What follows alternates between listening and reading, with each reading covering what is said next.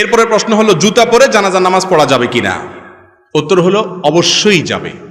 আমাদের দেশে জানাজা নামাজে দাঁড়াইলে সবাই গণহারে জুতা খুলে সামনে রাখে, ঠিক না? রাসূল করিম সাল্লাল্লাহু আলাইহি সাল্লাম বলেছেন, সল্লু ফি আলা সল্লু ফি নিআলিকুম, ও মুসলমানরা তোমরা জুতা পরে নামাজ পড়িও যদি প্রয়োজন হয়। কারণ ইহুদিরা জুতা পরে নামাজ পড়ে না, জুতা খুলে নামাজ পড়াটাকে জরুরি মনে করে। তোমাদের কখনো ঠেকায় পড়ে গেলে দরকার হলে জুতা পরে নামাজ পড়তে পারো। জানাজা নামাজ তো বাহিরে পড়া সুন্নত, মসজিদে না। তো বাহিরে নামাজ হলে জুতা পরেই নামাজ পড়ার কথা। তবে হ্যাঁ, জুতার নিচে যদি নাপাক থাকে, আপনি একটু তলা দেখলেন, নাপাক আছে দেখলেন, তাহলে জুতা খুলে রেখে আপনি নামাজ পড়েন, বা খুলে তার উপরে নামাজ পড়েন, নামাজ হয়ে যাবে। কিন্তু যদি দেখেন যে না, নাপাকের কোনো আলামত নাই, মাটি কাদা তো থাকবে, এটা তো আর নাপাক না। মাটি কি নাপাক? অতএব মাটি ধুলাবালি থাকলে ওইটা নিয়ে নামাজ পড়া যাবে। নাপাক দেখলে সেটা শুধু খুলে রাখবেন। আর আজকাল নাপাক কোথায়?